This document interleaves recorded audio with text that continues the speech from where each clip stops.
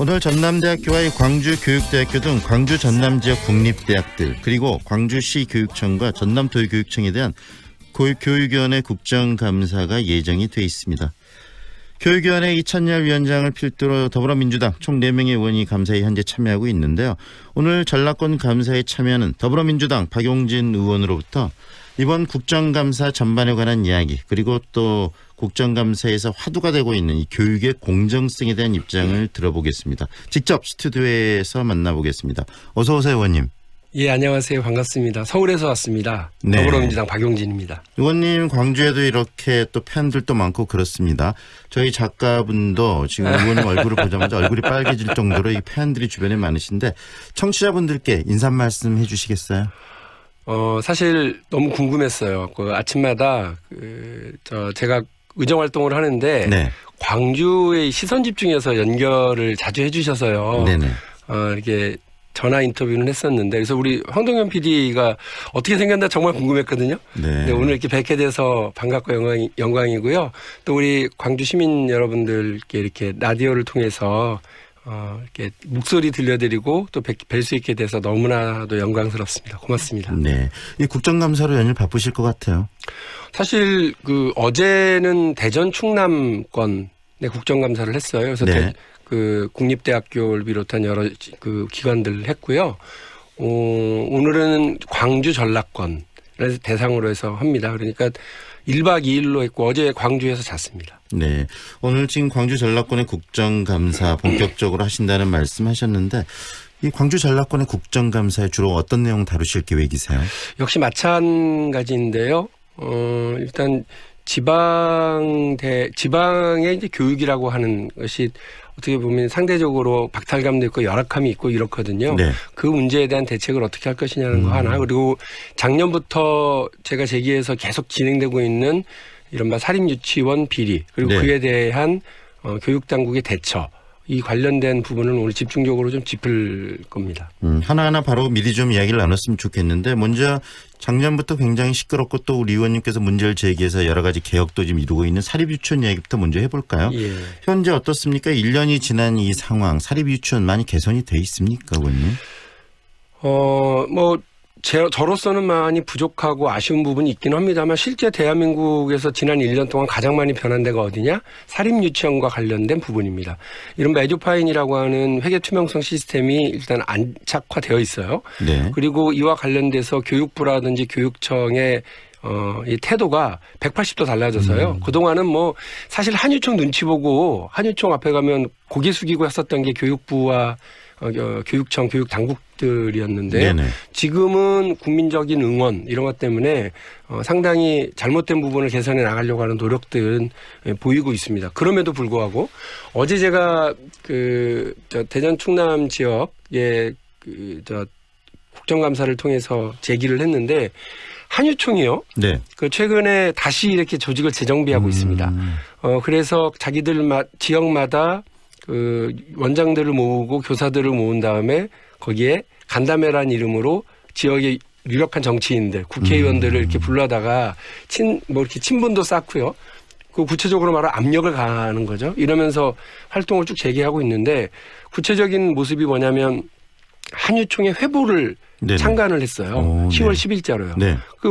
제가 그걸 보니까 어이가 없는 게 여전히 유치원은 우리의 개인 재산이다. 그리고 국가가 왜 우리한테 이래라 저래라 했었냐.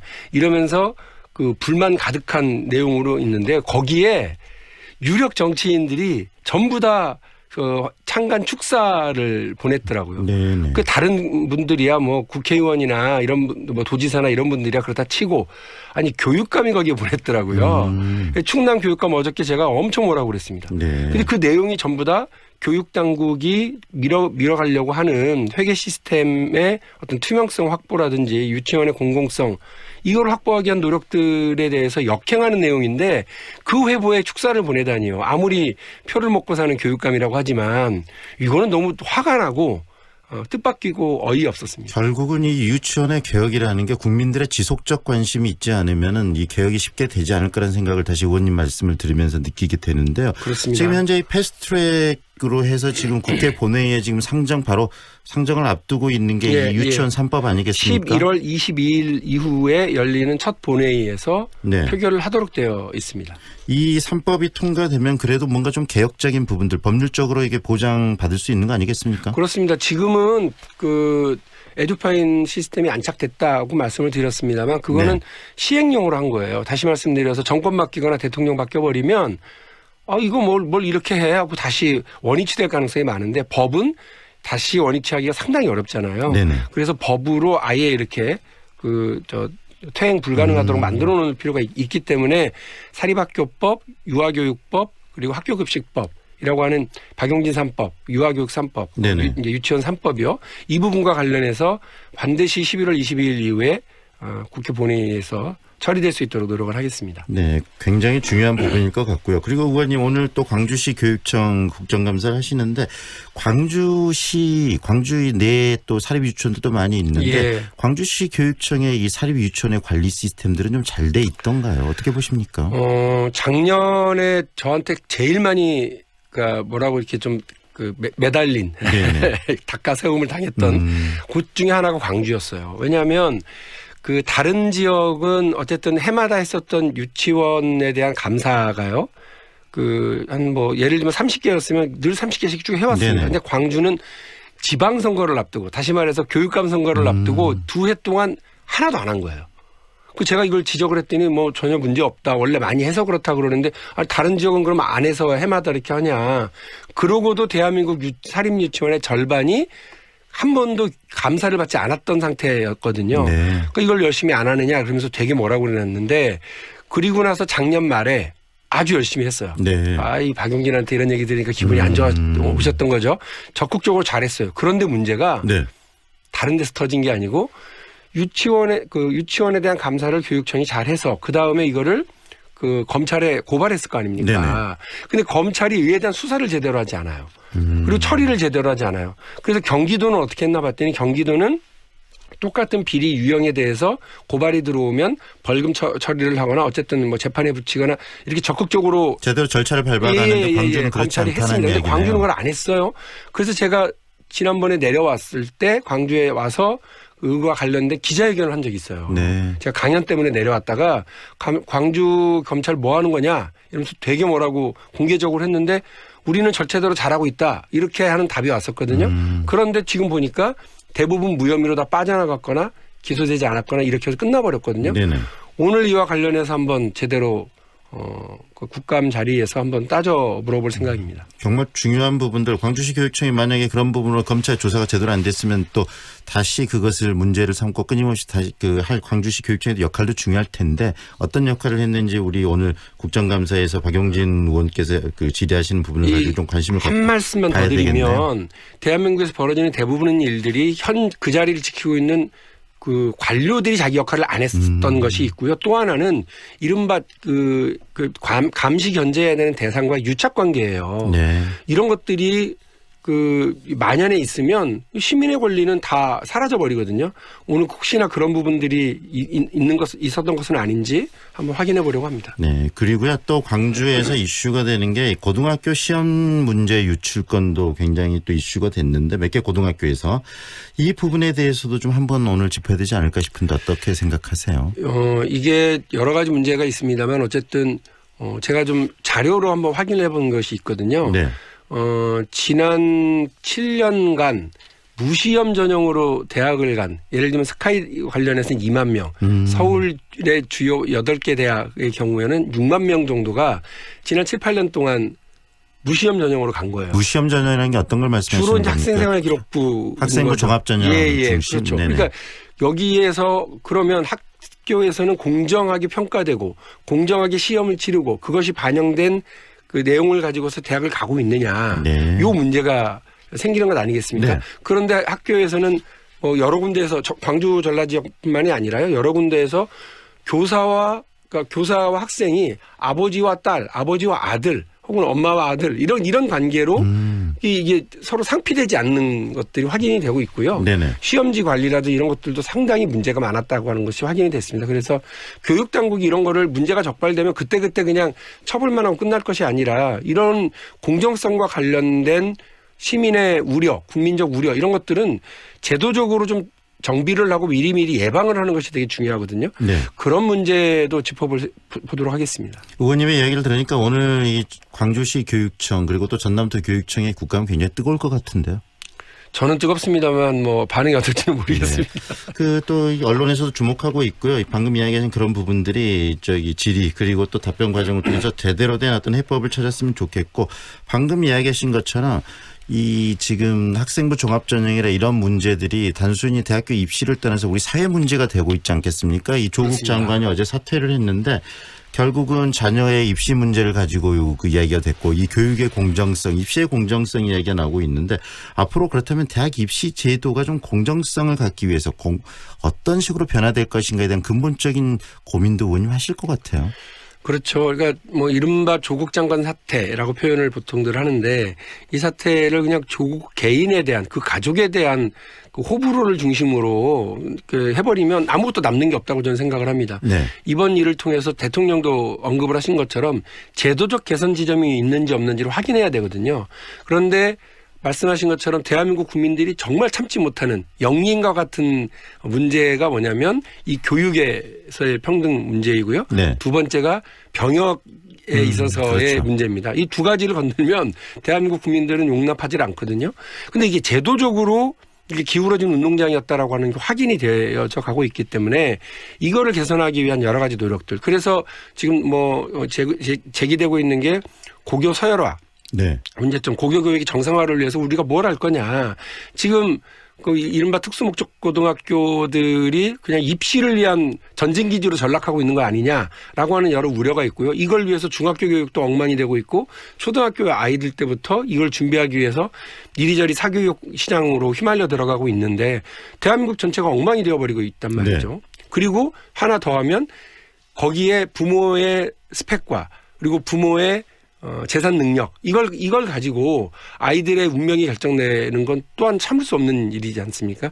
여러 가지 층위에서 이런 문제들을 점검을 하고 있는데 교육부가 일단 11월 정도면 어떤 계획을 내놓을 것 같아요. 지금 여러 가지 점검들을 하고 있거든요. 네. 교육부하고도 협의를 하고 있는데 그 부분 일단 교육부가 내놓을 일단 고교 교육의 정상화라고 하는 측면과 대학 입시에 있어서의 보다 큰 공정성 이번에도 제가 아까 말씀드린 것처럼 입학 사정관 제도에서도 여러 가지 문제가 많이 있거든요. 네. 그런 공정성의 문제를 좀 확고히 좀 하기 위한 제도적인 마련이 이제 필요하다고 저는 생각합니다.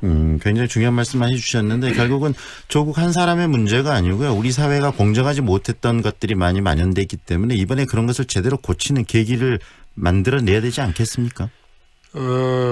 불공정하면 필망국이라고 저는 생각합니다. 그러니까 공정하지 못한 나라가 제대로 성장하고 유지될 가능성은 전 제로라고 보거든요. 네. 근데 그 교육 분야, 경제 분야, 사회 전반의 문제에서 이 문제를 점검을 해야 되거든요.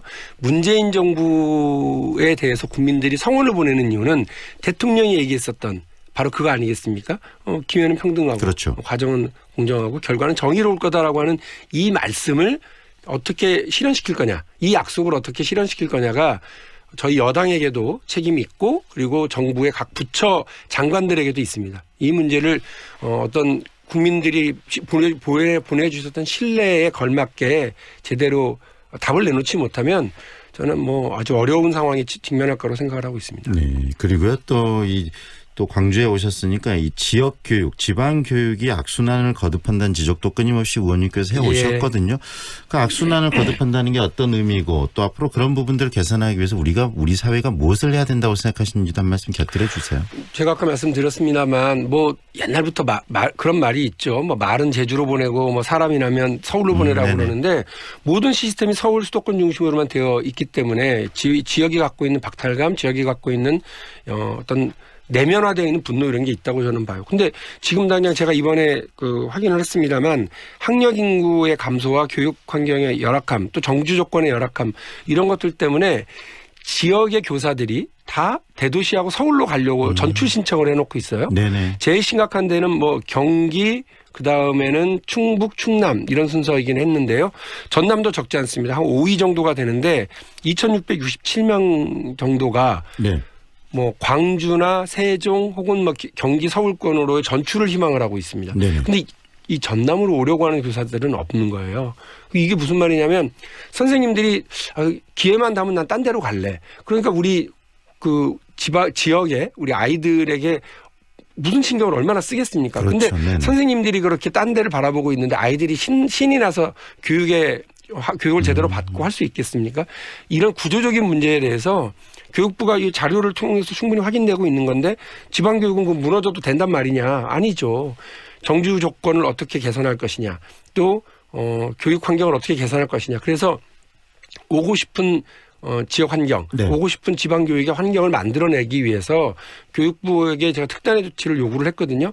그리고 광주 같은 경우는 뭐 외부로 나가겠다는 사람이 적어요. 왜냐하면 광주는 그래도 대도시라서 그렇죠, 그렇죠. 예, 여기는 좀 대신 전남에서 광주로 많이 오고 싶다면서 그렇죠. 전남 교육이 무너지는 거 아니겠습니까? 그렇습니다. 그러니까 이런 부분에 대해서 각 교육청도 이 문제에 대한 자기 해답과 준비를 해야 된다고 저는 생각을 합니다. 네, 이번에 오늘 국감에서도 이 문제를 물으실 거란 이야기시고요. 예, 그렇습니다. 그리고요, 방금 인재 이야기를 했는데 결국은 지역 인재를 키우기 위해서 가장 중요한 게 이 대학 교육 아니겠습니까? 그렇습니다. 그런데 지방 대학들, 특히 국립대학들도 굉장히 열악한 상황에 처해 있고 특히 사립대학들은 많이 무너져 있는데 이 문제도 좀 지적할 필요가 있을 것 같아요, 의원님. 교육부의 방침은 지방의 이제 거점 국립대를 중심으로 해서 거점대를 중심으로 해서 지방 교육의 어떤 특성화, 활성화에 대한 계획을 갖겠다고 하는 거거든요. 그런데 이게 이제 말로만 되는 것이 아니라 실제로 그러면 그에 걸맞는 그 재정적 지원 그리고 여러 인프라를 지원하는 게 되게 중요해요. 근데 여전히 교육부는 말은 거창한데 그에 대한 재정적 지원이라든지 이런 부분에 대해서는 줄 세우기 방식입니다. 네. 그래서 평가하고 뭐 영양 평가해가지고 당신은 몇 등, 당신은 몇 등 거기에 맞게 이렇게 돈을 나눠주는 네네. 방식으로 가는데 그렇게 하지 말고 지역의 특성에 맞게 키워야 됩니다. 그래서 예를 들면 광주에는 A라고 하는 국립대학이 혹은 A라고 하는 대학이 가장 특성화에 맞게 커서 대한민국 최고의 인재들이 그 분야에서 뭔가 하고 싶은 사람들은 광주로 와야 되는 거거든요. 근데 뭐가 됐든 다 서울에 있는 대학들에서 해결하려고 하는 이 상황이 계속되는 한 네. 대한민국의 지역 불균형이라고 하는 어떤 뭐 시대적인 과제, 불균형을 어떻게 해소할 것인지에 대한 과제는 해결되기가 어렵죠. 말씀하신 것처럼 지방교육에 대한 지역교육에 대한 과감한 투자 이게 전제가 되어야 된다고 생각합니다. 결국은 거점 대학을 만들고 그 대학을 중심으로 해서 지역을 키워나가는 인재를 그 뽑아내고 인재를 키우는 그런 작업을 중앙정부인 교육부에서 적극적으로 추진을 해야 된다는 말씀이시네요. 네, 그렇습니다. 그리고 또 이 사립대학교의 비리들도 문제가 많지 않습니까? 네. 대학이 교육이 아닌 어떤 그 수익이나 돈을 벌기 위한 수단으로 전락했다는 비판도 나오고 있는데 그런 부분에 대한 개선도 필요한 거 아니겠어요? 사립대학은 조금 제가 과하게 말씀드리면 유치원의 그냥 대학 복사판이에요. 근데 그게 확대 복사판이에요. 네. 그래서 규모를 보면 지난 11년간 사립대학 저희가 확인해 본 걸로는요. 337개 대학에서 4,150억 정도의 비금액이 발견이 돼요. 이 규모는 제가 작년에 말씀드렸던 유치원의 5.5배, 유치원은 380억 정도 규모였거든요.